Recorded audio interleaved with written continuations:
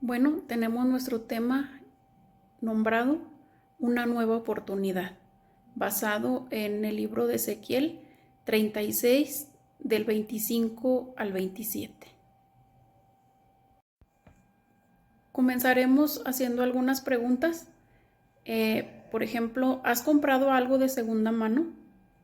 ¿Qué es lo primero que haces con él? ¿Qué valor le das? Por lo regular, alguno de nosotros, ¿verdad? O todos hemos comprado algo de segunda mano, que corresponde, ¿verdad? A algo que nos gustó y que no nos importa que alguien más lo haya tenido, sino simplemente por la necesidad o por el gusto de obtenerlo. Y lo primero que hacemos, ¿verdad? A la vista después de verlo es comprarlo, ¿sí? Después de comprarlo, lo primero o lo segundo que hacemos es llevarlo a casa, limpiarlo o ponerlo en condiciones, ya sea una prenda de vestir o algún accesorio, y lo llevamos, ¿verdad? Para poder darle uso posteriormente. ¿Qué valor le damos? Yo creo que no importa que la prenda o el accesorio, ¿verdad?, sea de segunda mano. Desde el momento en que lo adquirimos, ¿verdad?, para nosotros ya tiene un valor.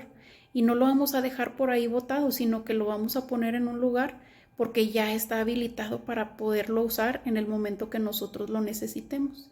Entonces, esa es una manera, ¿verdad?, de ver cómo hay una segunda oportunidad, o hay una oportunidad para algunas cosas que ya habían sido usadas y que se les había otorgado, ¿verdad?, tal vez un uso diferente al que nosotros le vamos a dar.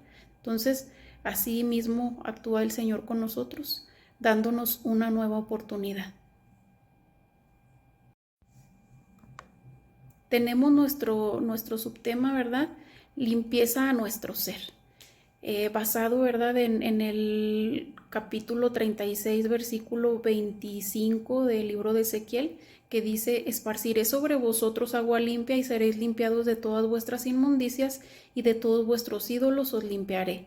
Vemos cómo el Señor, ¿verdad?, estaba hablándole a su pueblo, diciéndole que era necesario, ¿verdad?, que se acercaran a Él, ¿verdad?, para poder ser limpiados de todo lo que el pueblo, ¿verdad?, había adquirido conforme había pasado el tiempo, y que este pueblo ya no estaba caminando, ¿verdad?, bajo su voluntad, y que era necesario, ¿verdad?, que entrara en un proceso de limpieza, de purificación, de santificación, para quitar de ellos, ¿verdad?, todo lo que ya estaba estorbando, lo que ya no era agradable a sus ojos, que menciona, ¿verdad?, inmundicias y ídolos.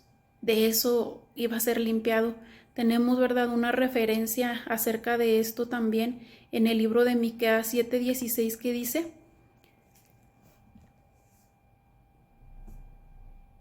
es Miqueas 7:18, que dice: ¿qué Dios como tú, que perdona la maldad y olvida el pecado del remanente de su heredad? No retuvo para siempre su enojo, porque se deleita en la misericordia. Esto nos lleva, ¿verdad?, a entender que Dios no desecha, ¿verdad?, a ninguna persona, ¿verdad?, por el hecho de haber pecado, por el hecho de haber caminado un camino diferente al que Él le había marcado, ¿verdad? Y esta pregunta, qué hermosa, es, ¿verdad?, en respuesta que Dios, ¿verdad?, no retiene el enojo, sino al contrario, ¿verdad?, se complace en darle una segunda oportunidad a su creación, a sus hijos, a su pueblo. Así es que podemos gozarnos en esto, porque el Señor es fiel para con su pueblo, dando una nueva oportunidad, una limpieza, ¿verdad?, de todo el pecado y la inmundicia que ha adquirido. Tenemos también otro subtema, ¿verdad?, estrenando corazón, basado, ¿verdad?, en el libro de Ezequiel 36:26, que dice: os daré corazón nuevo y pondré espíritu nuevo dentro de vosotros, y quitaré de vuestra carne el corazón de piedra y os daré un corazón de carne. Aquí el Señor, ¿verdad?, vuelve a decirle a su pueblo que era necesario, ¿verdad?, dentro de ese proceso, después de haberlo limpiado, ¿verdad?, un cambio, un corazón nuevo, ya que el corazón que tenía, menciona que es un corazón de piedra, ¿verdad?, un corazón que ya no estaba obedeciendo, que no estaba escuchando y que mucho menos estaba actuando, ¿verdad?, conforme al propósito de Dios.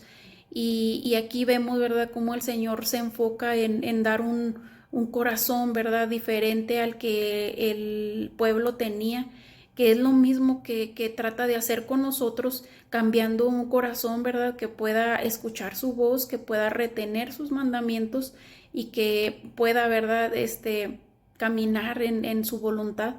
Tenemos como referencia Lucas 8:15, en el que nos menciona, ¿verdad?, de acuerdo a una parábola, ¿verdad?, donde menciona que según donde la semilla caiga, ¿verdad?, entonces será próspera o será vana, muerta, ¿verdad? Entonces, como el Señor menciona también aquí y confirma que el corazón es importante para que nosotros podamos caminar en su voluntad.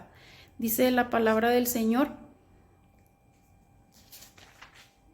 mas la que cayó en buena tierra, estos son los que con corazón bueno y recto retienen la palabra oída y dan fruto con perseverancia. O sea, la importancia de tener un corazón de carne, un corazón sensible a la voz del Señor, es muy importante, en el cual el Señor se enfoca, ¿verdad?, para poder hacer un cambio en el ser humano de adentro hacia afuera. Tenemos nuestro siguiente subtema, que es su espíritu en mí. En Ezequiel 36:27, que dice: y pondré dentro de vosotros mi espíritu y haré que andéis en mis estatutos y guardéis mis preceptos y los pongáis por obra. Como el Señor, después de haber limpiado, ¿verdad?, al pueblo, a la persona, entonces hace un cambio de corazón, cambiándolo, ese corazón de piedra, ¿verdad?, por uno de carne. Y como en el proceso, ¿verdad?, después de haber hecho cada cosa en el ser humano, entonces puede poner su espíritu, ¿verdad?, en un ser limpiado, en un ser transformado de corazón. Entonces sí puede habitar su espíritu. Y ese espíritu, ¿verdad?, qué hermoso, porque es el que la palabra de Dios menciona, que nos guía a toda verdad y a toda justicia, y que es fundamental en nuestra vida. Vemos cómo su espíritu es el que nos ayuda para poder cumplir, ¿verdad?, la encomienda, y es la parte más importante, ¿verdad? Pero cómo actúa. Tenemos una referencia en el libro de Primera de Juan 3:24, que dice: y el que guarda sus mandamientos permanece en Dios y Dios en él, y esto sabemos, que él permanece en nosotros por el espíritu que nos ha dado.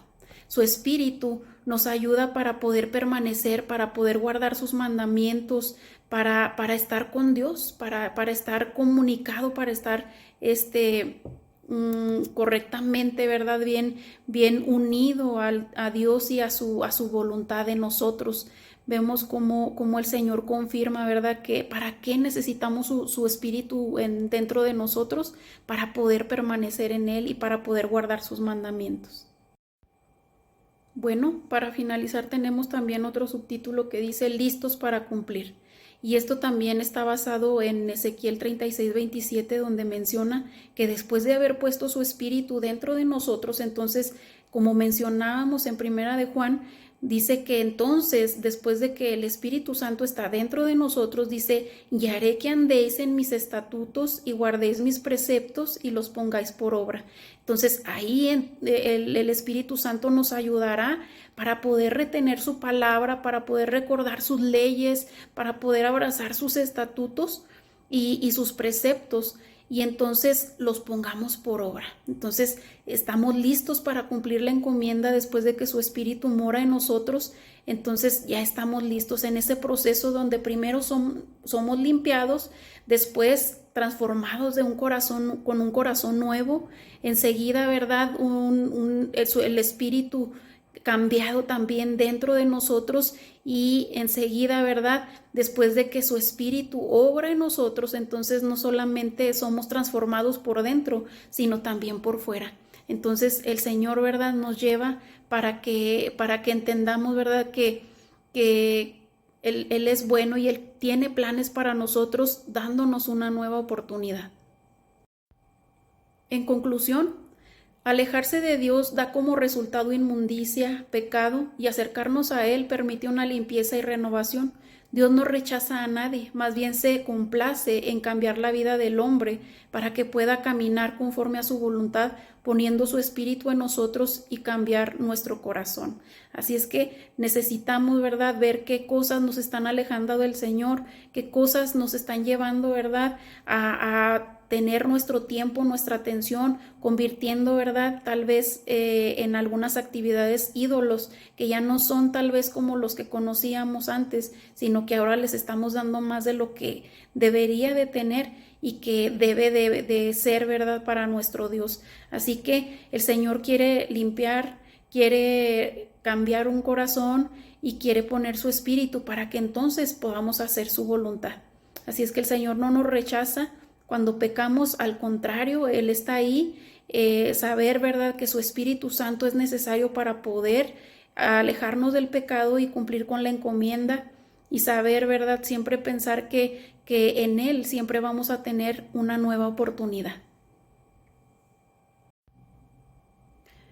El método inductivo en este libro y en estos pasajes aplicado, ¿verdad?, en el libro de Ezequiel, me ayudó, ¿verdad?, para poder descubrir en realidad, ¿verdad?, de su verdadero significado, todo lo que conlleva, ¿verdad?, para poder hacer una aplicación real a nuestra vida, ¿verdad?, una aplicación correcta, no solamente tener conocimiento, sino tomar acciones para poder llevar a cabo, ¿verdad?, nuestra vida cristiana, las formas, ¿verdad?, el llevar y traer su mensaje, ¿verdad?, a la actualidad, y cómo el Señor habla nuestra vida, el profundizar en las palabras, el tener el conocimiento de su significado, de la realidad, del contexto, de la situación que se vivía en ese tiempo, todo a llevar realmente, ¿verdad?, a ese momento primeramente, y enseguida poderlo pasar a nuestros días y poder tener una aplicación real